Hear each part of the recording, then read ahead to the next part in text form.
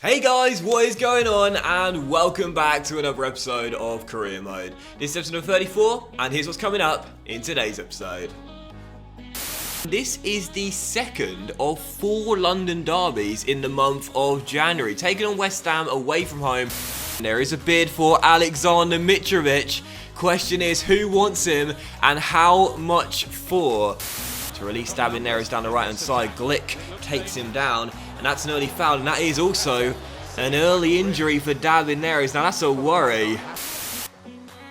And as we start today's episode off, we do have a bid here for Adebayo, one of our strikers. We're currently trying to get out of the club as we have no use for him in the future or even right now. As I said before, one of those players who I don't think is going to leave unless we release him. But also, you might have just seen it as well. I forgot to show this to you in the last episode. But in December, we saw one of our players win Player of the Month, and that was our captain, our leader, Tom Cairney. And that is thoroughly deserved. He's had an amazing season, Cairney, capped off by winning Player of the Month. That's the right call. Skipper, you totally deserve that. Enjoy that award. And as we see right on cue, Adebayo's transfer talks have broken down with 2 clubs right there, and Sessegnon's transfer talks have also broken down as well. I really hope in next year's FIFA it can be easier to sell fringe players like that, because it does seem at times there are certain players just quite frankly will never leave the club unless you release them. But there's a bid here for Brian, our left back wanted by Monaco for £7.7 million. Now of course this season he's our backup with Ryan Sessegnon pushed back to play left back with the arrival of Jadon Sancho. I wouldn't be against selling him. I'm not sure he'll get much better at 26 years old. We can get around 8.2 to 12.1 million for him, but whenever he plays, he always plays consistently well, never lets us down. I'll think about that. We could get a better one with the money we've got right now if we negotiate, but I'll think about that. I'm gonna stall that offer for now. So jumping into the first game of today's episode, and this is the second of 4 London derbies in the month of January, taking on West Ham away from home. Right now sat down the bottom of the table, lining up in a very nice 4-1-4-1. Decent team, Felipe Janssen on the left, Perez on the right, and Boateng is their striker today. But as for our team, of course, lining up in our regular 4-3-3, because why change with a winning formula? Top of the table, half the season left to go, and this is the group of players I trust more than any other. So 4-3-3, let's keep the win streak going. Come on, Fulham. Hard to see why West Ham are in the bottom half of the table with a team like this. Great midfielder, I must say. Got Renato Sanchez in there, Felipe Anderson, again Perez on the right hand side, Wilshere as part of their team as well. It's a good team. It's a very decent team, and this won't be an easy test at all, despite the form book suggesting otherwise. As Sessegnon attacks down the left and releases Jadon Sancho, or try to,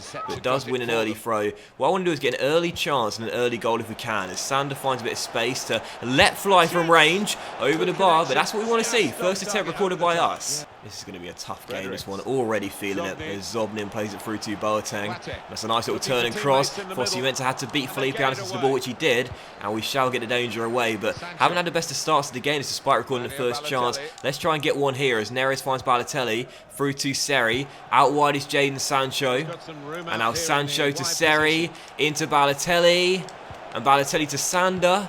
Gives it him back. Mario Balotelli. Oh, great save. And Ryan Fredericks will clear. It's been a frustrating first half, and now this can't break down West Ham. Still tied at 0-0. And the second half gets underway.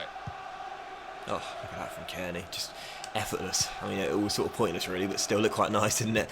As Seri finds Ryan Sessegnon. Back to Jean-Michael. And now Sander takes over. And now back to Cairney. Through the legs. Into David Neres. And Neres to Fossey. So nice little skills here from our team. Can it result in something as Timothy cuts inside? And he might go for goal here. Why not? Fossey shot blocked and cleared and put behind for a throw. I think we have been the better team in this game, but again, it's not had a clear-cut chance yet until now, and it's resulted in a goal. Fantastic cross by David Neres, and Seri turns it in with the header and makes it 1-0. Not a regular goal scorer, but I think that's his 4th of the year. He's certainly got more than last season regardless. 1-0 Fulham, there's the breakthrough. Neres with a lovely flick over his head, first time volley across the centre. Balotelli, I'm not really sure what he was doing there. I think he might have slipped on the turf, but it allowed Seri all the space and all the time in the world to get in behind Renato Sanchez and with a flying header, loop it over the goalkeeper and into the back of the net. West Ham 0, Fulham 1. Very tough game this, but there's the deadlock broken. It's Seri who puts us in front. I think it was Renato Sanchez's man, Seri, and he just switched off for a second, and that's all it took for Jean-Michael to get in front of him and put us a goal up. And now, as he flicks it into Balotelli, there's a chance for a second goal. Oh, Mario Balotelli, how cool was that? He had time to turn in and come inside the area. He thought, I don't need to. I'm the top scorer in this team. I'll make it 2-0 with a sensational curling effort for Seri. What a start to the second half. A goal and an assist, both with his head. Great finish by Balotelli. No chance for the goalkeeper. 2-0 Fulham. What a start to the second half. Who needs Alexsander Mitrovic? Seriously, Mario Balotelli this season, absolutely brilliant. 9 goals for the campaign. Should at this pace beat Mitrovic's tally of 15 last year.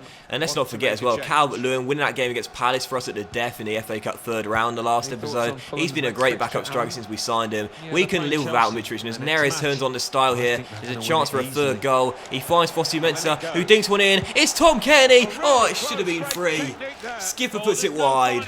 That is going to do it then. It's going to be a win for Fulham by 2-0. And it's safe to say after a little bit of a rough patch a few weeks ago, we are back on track. We stayed top of the table, a really convincing display, and yet another clean sheet in the Premier League. Our back four have been fantastic of late. This was a game where our patience was tested, really. We couldn't break West Ham down in the first half, but in the second half, 2 quick chances, 2 quick goals, and that was all we needed to get the 3 points. So for man of the match, no surprises. He scored the first and he set up the second, both with his head. Jean-Michael Seri, man of the match, and 100% passing as well. Great performance from the midfielder today. We do see after the game there is a bid for Alexsander Mitrovic.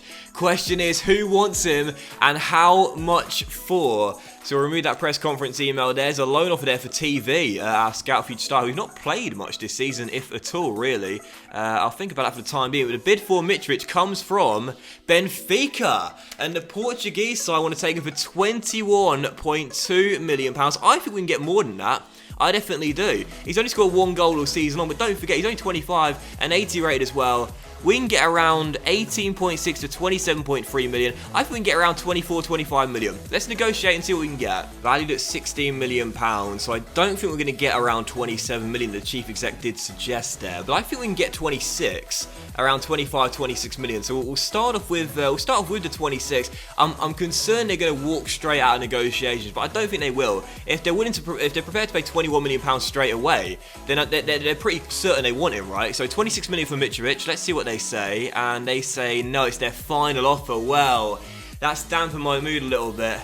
Let's see if we can get them to change their mind and go up just a little bit more. I mean, don't get me wrong, I'd take £21.2 million for Mitrovic right now, considering how poor he's played this season, but I still think we can squeeze a little bit more out of the Portuguese side. Let's go 24 million and see what they say.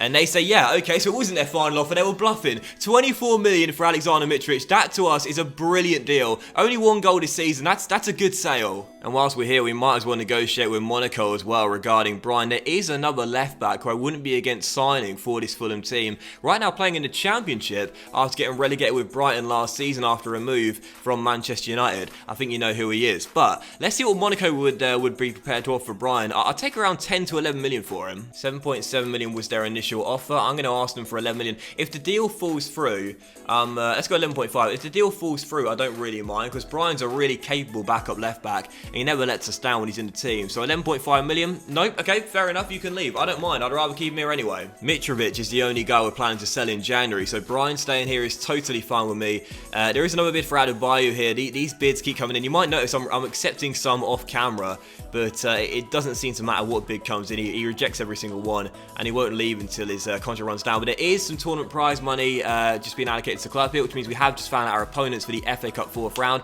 So let's find out together who will be facing in the 4th round of the FA Cup. It's going to be Derby County. Frank Lampard's side coming to take us on at Craven Cottage. I believe that will come in the very next episode, won't it? In the 4th round after the Chelsea game, is it? Let's find out. Yes, it is. So next weekend, Derby County in the FA Cup 4th round. Yeah, we can take them. We can definitely take them. So second and final game of today's episode, and it's a West London derby as we take on our rivals Chelsea here at Craven Cottage. Mitrovic has not gone yet, so he is on the bench for this game, but our starting 11 remains the same during this winning run. So same 4-3-3 with our front three being Sancho on the left, Neres on the right, and Balotelli the striker. And as for the Chelsea team, countering our 4-3-3 with one of their own, and what a fantastic side the Blues have got out there. Fantastic defence, great midfield in their front three, probably better now as I'd say. Hazard on the left, Willian on the right, and Cavani the striker. What a battle this is going to be, but come on Fulham, let's keep the winning run going. Kenny, good tackle, and a good through ball as well to release David Neres down the right hand side. Glick takes him down, and that's an early foul, and that is also an early injury for David Neres. Now that's a worry. Seems like Neres is okay to soldier on for the time being. Whether he runs the injury off or not though, I'm not totally certain. We'll keep an eye on that for the time being, but for those that have been on my channel for a while, you'll know Camille Glick. We've got beef with this man, and he's now injured Neres as well. Corner for Chelsea. Hazard's delivery is poor though, and Kenny is able to dribble out of the box with the ball. And as he gets to Sander, we'll play a 1-2 with the captain, and away goes Jadon Sancho down left hand side. Lightning quick counter attack, just like we had against Chelsea Stamford Bridge. Sancho, Kenny, Balotelli, Seri. Oh, I don't believe it. It's pretty much the exact same as what we saw at Stamford Bridge. A corner, which we go up the other end from, and it's Seri who fires it home. Fulham 1, Chelsea 0. What a break. Again, it's deja vu. Sancho cuts into Kearney, Kearney to Balotelli, double back heel, and Seri fires it past Kepa. Fulham 1, Chelsea 0, and 2 goals in 2 games for Jean-Michael Seri. What a strike. Again, that was pretty much the exact same thing that happened at Stamford Bridge, deja vu, and it's pretty clear their transition defence needs a lot of work. So up by a goal, 25 minutes in, free kick for Chelsea. Kearney does enough, and let's see if we can push the pace again here. Come on, Seri to Balotelli, and away we go once again. Mario Balotelli, I see Sancho storming down the left hand side. We'll play it to him. Loftus-Cheek is covering. Sancho stops, turns, crosses, and it's cleared away, only as far as Kearney. Oh, just over from Tom. Kearney through to Fossi-Mensah, and out wide is David Neres, still hobbling. He has to take him off at half time as Neres looks for a bit of space here to cut past his man Marcelo, and still Neres. And that's got to be a foul. Neres is getting kicked all game long at the moment, but he's won a couple of free kicks, but at what cost? Anyway, free kick here. Kearney's going to take it, and let's try and bend it over the wall if we can, into the top corner. Tom goes for goal. Oh! Captain, fantastic. Does it again. Fulham 2, Chelsea 0. What a goal. This Fulham team are going places, and Tom Kearney is the one driving us there. Beautiful free kick from the skipper, bends it over the wall. Tara and Loftus-Cheek turn their backs, and Kepa has no chance. Rise to top corner. I believe that's our first free kick goal of the season. Wonderful strike by Kearney, 2-0. What a first half. Can't rule Chelsea out from getting back into the game though, as Willian finds a bit of space and Skriniar stops him getting a shot away. Kante's shot is tipped behind by Sergio Rico. There's plenty of games to go. We surrendered our lead at Stamford Bridge. It may well happen again. Not taking anything for granted despite leading by 2. Hazard's corner. Tar's volley just over. So second half begins. Chelsea seems to respond instantly as Loftus-Cheek finds some space and goes for goal, and denied by Sergio Rico. What did I say just before the break? This game is far from done. Chelsea a fantastic side, and well, we're taking nothing for granted. Still the lead is 2, but it won't be long at this rate until it becomes 1. Tar tackled by Balotelli, but keeps holding the ball. Now Jorginho rolls it inside. Loftus-Cheek didn't seem to get much conviction with the shot, but Rico still had to get down low to his left hand side and push it behind. And it's still 2-0, but Chelsea have played well in this game. We're fortunate to be leading by 2. This is one of those games where the scoreline it doesn't really reflect what's been happening on the pitch. It's been a really even contest. At the moment, Chelsea at some point are surely going to get back in this game and half this deficit. Willian turns Seri. Now Cavani looking for a bit of space. The Uruguayan finds Hazard, gives it him back, and again a shot on our goal just wide the post. Tarkowski long ball to Sessegnon, chests it back to Fossi-Mensah, who dinks over the top to him, and Ryan is away down this right hand side. He's got Balotelli through the middle. Great chance here. It's Mario Balotelli. He's round the goalkeeper, and he squeezes it home just about to make it 3-0. Another goal for Balotelli. 3 for Fulham. What a performance. There's a new big boy in West London, and it's the lads from Craven Cottage. Sessegnon to Balotelli. I tried to ball round Kepa initially. In fact, did he get a touch on the ball there? I think it might be an own goal. It is just an own goal off Kepa, and it's resulted in an own goal for the Spaniard. I thought Balotelli put it in. At first glance, it was in fact an own goal. Regardless, 3-0, and when things are going good, they're going really good. That should do it as Hudson-Odoi finds Balotelli. Could this be goal number 10 for the season? There it is! It was denied a minute ago by the own goal, but this time it won't get taken away from him. Mario Balotelli wraps up one of the performances of the series. 4-0 to Fulham, and the 3 points secured. I mean, it was secure a while ago, but either way, Balotelli desperately wanted a goal this afternoon, and he gets one with a lovely strike. 10 for the year, as he's right now just behind the leader in the Golden Boot race. So 4 for Fulham, 3 points in the bag, another clean sheet and another win in this fantastic streak in the Premier League. Keeps us top of the table. We are going places, and with performances like these, we won't have any sort of limit to our potential. Fantastic win. However, as I said during the game, this scoreline was always going to flatter us. It was nowhere near as one-sided as the scoreline suggests. Chelsea played well, played very well in this game. It's just we took our chance and were clinical, and that's why we left with the 3 points. So man of the match, a difficult one, because I thought every single player played well out there. So I'll share the champagne between every single player on the pitch. A really big win for Fulham, and a statement win at that. We are the big boys in West London now, and what a fantastic victory. So that will end today's episode of Career Mode, guys. So a big thank you for watching. Really hope you enjoyed it. If you did enjoy today's episode, then please do drop a like, as likes are of course very much appreciated, and it will help the channel as well. Much love to you all. Have a fantastic day, and just before we go, let's see if Mitrovic has gone to Benfica. Oh, wow, how about that? That's not the way we wanted to end today's episode. A fantastic win, but some bad news. Mitrovic's transfer talks are broken down. He doesn't want to leave. He wants to stay and sit on the bench and pick up a Premier League winners medal. We'll decide what we do with that in the very next episode. So have a great day, guys. Much love to you all, and I will see you for the next episode of Career Mode, featuring, surely, hopefully, the end of the Mitrovic transfer saga very soon. Bye.